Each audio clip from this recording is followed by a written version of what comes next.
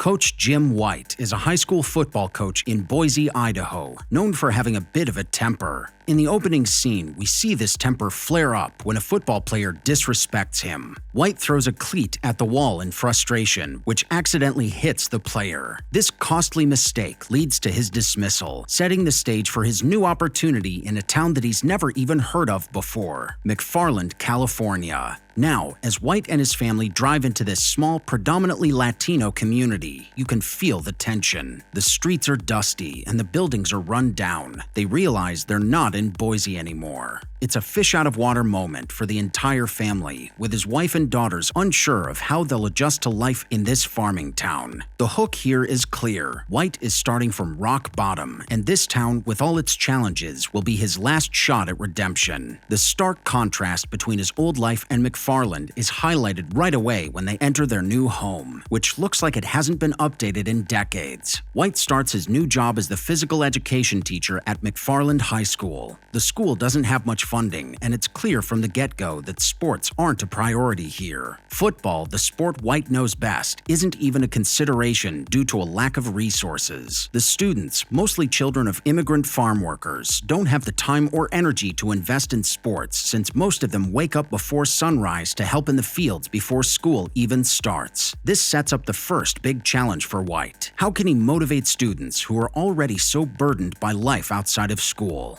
One day, while overseeing PE classes, White notices something unusual. These kids can run. He watches as a group of boys races around the track effortlessly, running faster than he's ever seen high schoolers run. His coaching instincts kick in. He starts thinking about how he can turn these natural runners into something more, how this town of farm workers' kids might just be hiding untapped potential. This moment is crucial because it's the first time White sees hope for turning his situation around. He decides to create a cross-country team, a sport that doesn't require a lot of equipment or funding, and one that these kids might excel in. The kids, however, aren't exactly excited. Running to them is something they do every day in the fields, not something they see as a sport. They're skeptical of White, a white coach from a completely different world who thinks he can teach them something new. But White, being determined and out of options, convinces a few of them to give it a try. With a mix of persuasion and persistence, White manages to get the beginnings of a cross-country team together, though they have a long way to go before they're ready to compete. Coach White is determined to train these boys and shape them into a real team, but he faces resistance at every turn. The boys aren't exactly thrilled about the idea of running competitively. For them, running is just part of their lives, something they do out of necessity to help their families in the fields, not for sport. The boys, especially Thomas Valles, one of the more talented runners, question why they should waste their time on this when they have responsibilities at home.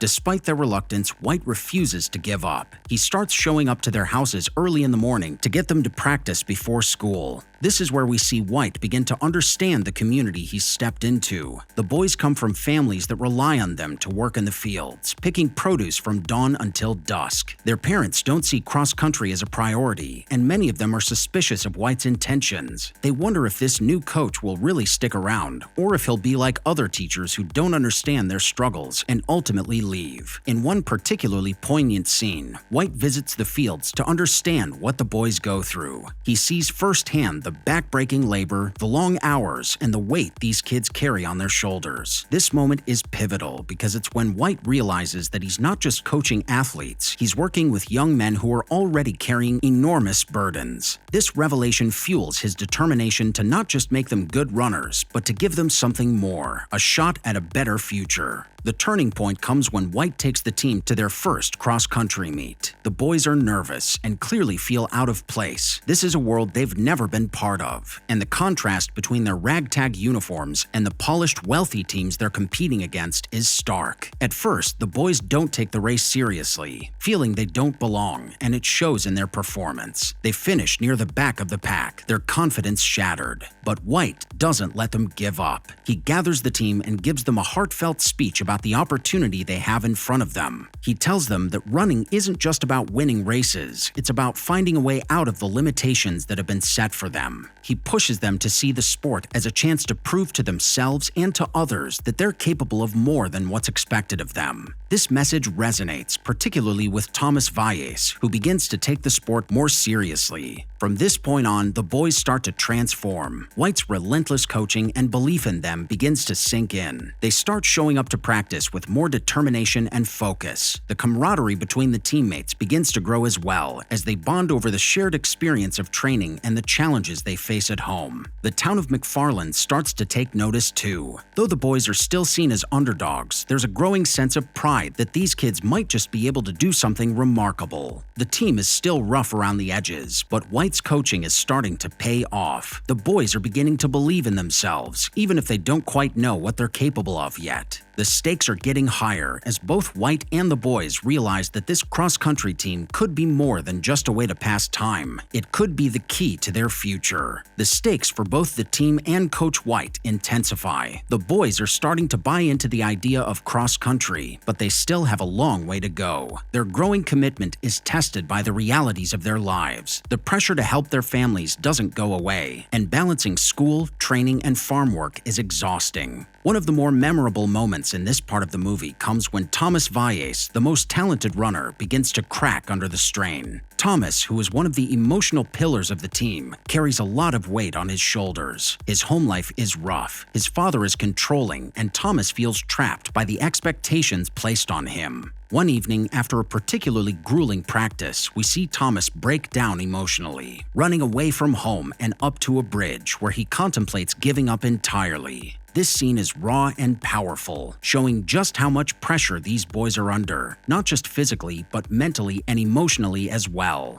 Coach White finds Thomas and talks him down from the edge, both literally and figuratively. It's a key moment in their relationship, where White isn't just a coach anymore. He's become a mentor and father figure to these boys. This deepens the bond between White and the team, and it solidifies the fact that this isn't just about running anymore. It's about survival and hope. With Thomas back on track, the team digs deeper into their training. The boys are starting to realize their potential, but they're still seen as underdogs by other schools. They continue to attend cross-country meets, and with each race, they improve. Their times are getting better, and they're moving up in the rankings, but they're not quite championship material yet. They still have to overcome their own doubts, as well as the doubts of those around them. This is highlighted in a scene where White takes the boys to a beach for a special training session. It's their first time seeing the ocean, and for these kids who have lived their entire lives in a small town surrounded by fields, it's a moment of awe and joy. It's more than just a fun day out. It represents the broader world of possibilities beyond McFarland. White's dedication to the team doesn't go unnoticed by his family. His wife Cheryl and his daughters are feeling the strain too. The long hours White spends with the team, coupled with the fact that they're still struggling to fit into this new community, create tension at home. Cheryl feels isolated, and their daughters are having trouble adjusting to life in McFarland, which is a far cry from their comfortable life in Boise. There's a particularly touching scene where White's daughters get into a bit of trouble, but the local community steps in to protect them, showing that despite the rough exterior, the people of McFarland are close-knit and supportive. This is a turning point for White's family as they start to feel more connected to the town and its people. As the team continues to improve, they qualify for the state championships, an incredible achievement for a group of kids who had never even considered themselves athletes just a few months ago. This is the moment where the boys start to believe that they can actually win. But it's not just about the race anymore. It's about proving to themselves and their community that they're capable of more than anyone ever thought. White, too, is feeling the pressure. He knows that this team has the potential to change not just their lives, but the perception of McFarland itself.